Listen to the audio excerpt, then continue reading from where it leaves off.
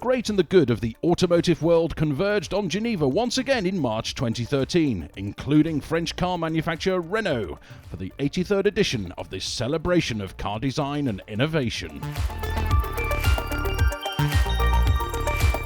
Geneva is an interesting motor show out of all the motor shows because it's neutral territory. There is no home market. All the constructors are here in a relatively confined place, but there is no major player. And so it's the best show to get a neutral view of the market. It's also the best show for the designers. And talking of design, as well as launching the brand new urban crossover known as Captur and giving a first outing to the Xmod, the latest addition to the Scenic range, Renault had plenty of other models on show in Switzerland. The internationally acclaimed Clio has been one of Renault's most successful cars to date, and the Renault Sport range also had an addition in Geneva, in the form of the new Clio GT 120 EDC, available in both hatchback and estate versions. In the case of the GT, we're at 120 horsepower, so it's obviously more easy to adopt for, the average driver, and at the same time it's giving very, very high performance from a small capacity engine. So I think it'll be appealing to people who are looking for a bit more under the foot, as we would say, but without going to the extremes of an RS. But it's not a car that's targeted at people, at boy racers in particular. It's targeted at all of us who want something that, when you put your foot down, you can accelerate uphill without having to think twice about it.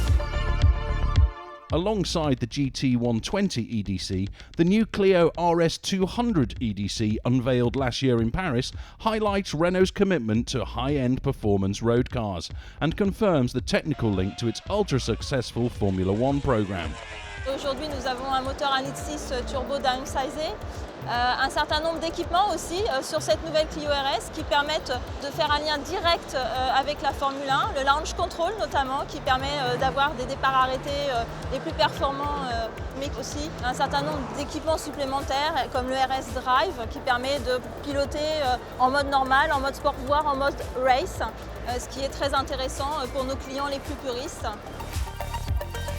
The Clio GT 120 EDC has an array of interactive gadgets, including USB connectivity, Bluetooth and a reversing camera. But it's the groundbreaking new R-Link media tablet that reflects Renault's commitment to connected motoring. Le système multimédia Renault Airlink, c'est un système très simple qui a pour but de rassembler dans un seul et même objet le monde de la navigation, du multimédia, de la téléphonie, qui est connecté au véhicule. Donc on récupère des informations du véhicule, notamment pour le programme Driving Eco 2 par exemple, qui propose d'accéder à un certain nombre d'applications et au magasin d'applications Airlink Store.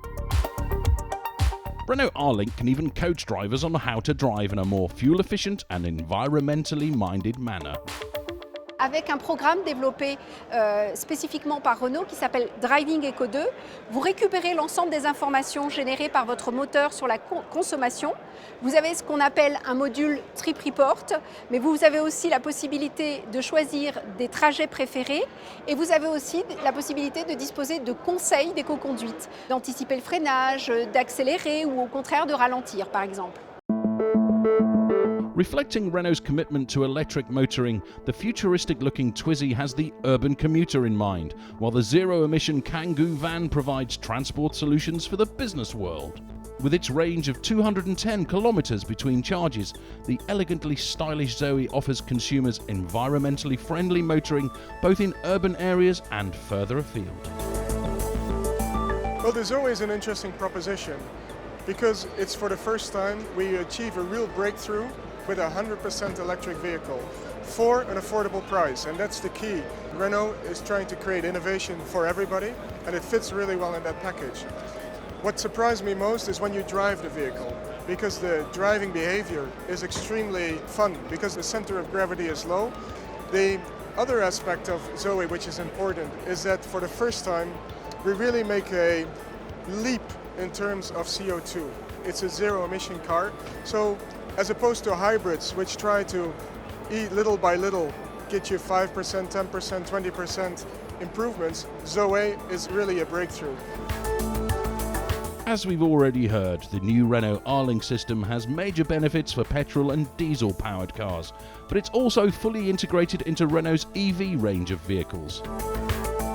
You have a tablet integrated into the dashboard, like on the other R-Link systems we're fitting in Clio and now in the Renault Captur.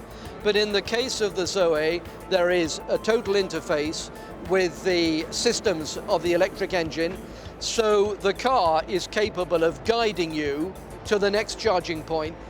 The car is constantly interfacing with your systems for charging the car, be it at home, in the public, or at your place of work, to make sure that you will always have an optimal state of charge in the battery, so that in theory up to 150 miles of charge at your disposal. That's really the key interface of R-Link in the Renault ZOE.